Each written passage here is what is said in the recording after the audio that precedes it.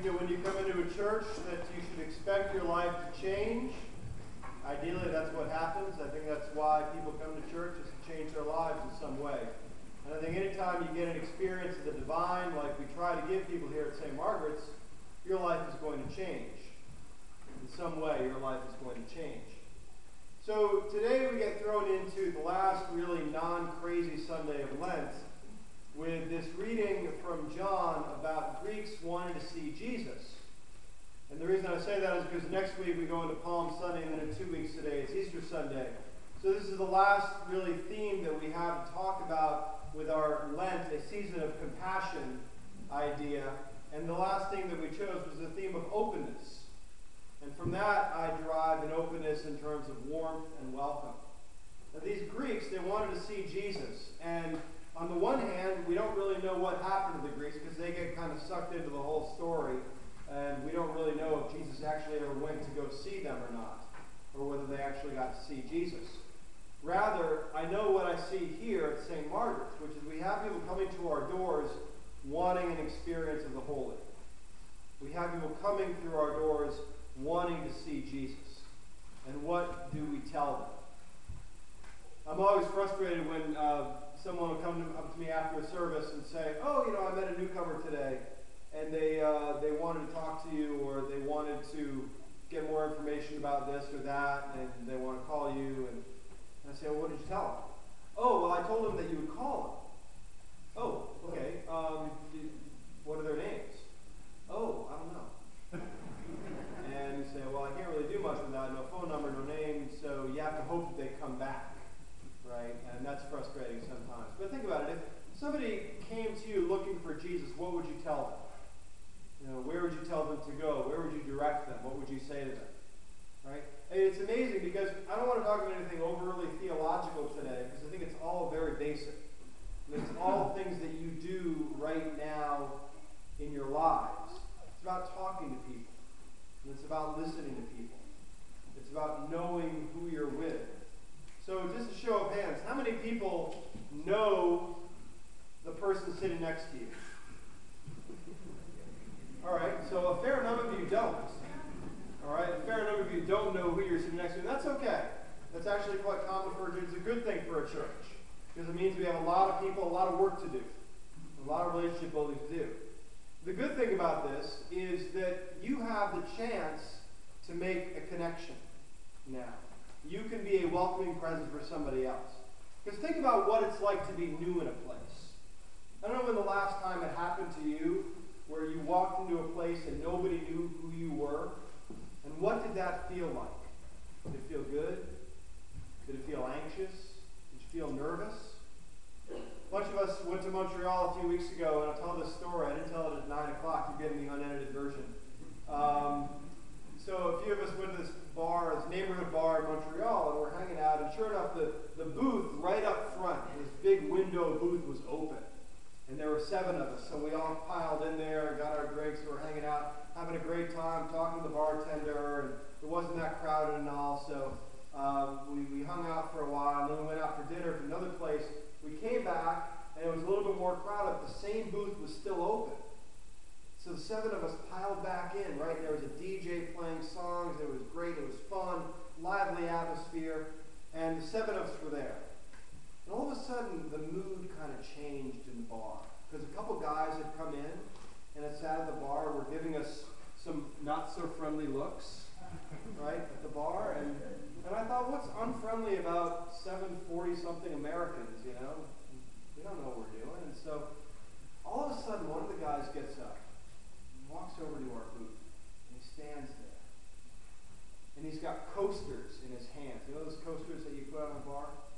And he starts flinging them onto our table in a not-so-friendly fashion. And so they would spill onto the floor, right? And no one's saying a word, but the message is clear. You are not welcome here. You, all 7 of you, do not belong here. And so we kind of sat for a while longer. I think we finished our drinks, then we said, we're just going to leave. The mood is broken, things have changed, and we're just going to get out of here. And so we left, and a few people that had kind of talked to us a little bit, they said, well, why are you leaving? Why are you leaving? I said, well, we just don't want to cause any trouble, and just go on our way. And so we left.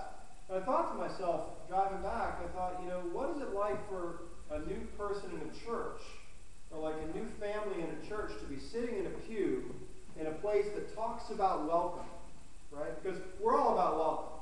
I mean, our sign out in front, what does it say? It says, the Episcopal Church welcomes you. Welcomes you. All right? But we know that there are people that come to our pews and we throw coasters at them. Right? I mean, not literal coasters, but we don't talk to them. We don't get their names. We don't get their phone numbers. We don't ask them why they're here. We don't ask them how they are. We just kind of assume that they want to be left alone and they don't want to connect, right? And I thought about what it's like to be in that space and not be welcomed. Maybe you know what it's like. Maybe you know what it's like to be the one person in the room that doesn't know anyone. You walk into a party and everyone else there seems to know each other. And put yourself in that person's position. And how would you want someone to come up to you and say, hey, my name's Peter. How do you do? Welcome. What would you want someone to do? What would you want their first line to be? Maybe you don't need to tour the kitchen. Maybe you don't need to know the person's life story. But there needs to be some kind of outpouring of welcome. Some kind of hospitable act that says, I see you. You are a stranger to me, and I'm going to change that. I'm going to introduce myself and make us friends somehow. A woman died this week, Laura Schriefer, and she was a huge member of this church. She had a smile as big as the nave. And I was told by her daughter Doris, after she died on Thursday, that so many people had told Doris through the years that when St. Margaret's was a much more intimate place, much smaller place, some of you might remember that place, but so many newcomers said that Laura was the first person that talked to them. The first person that talked to them. How do they remember that? How do they remember that? Somebody in the adult forum that we had just now talking about welcoming, some of the newcomers got up. I was really impressed with a lot of the newcomers getting up and telling their story and saying, well, this is what happened to us when we got here. We got here and Jim Norris spoke to me. Ed Reeves is another one who I get told time and time again, he offered me a glass of lemonade under the cherry tree. That's not huge stuff. This is not heavy theological lifting here. This is just being a person and saying, hey, my name's Jerry. Who are you? Maybe not who are you, but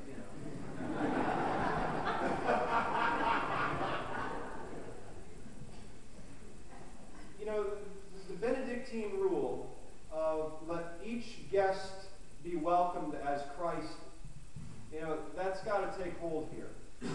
Each of us has to see Christ in one another.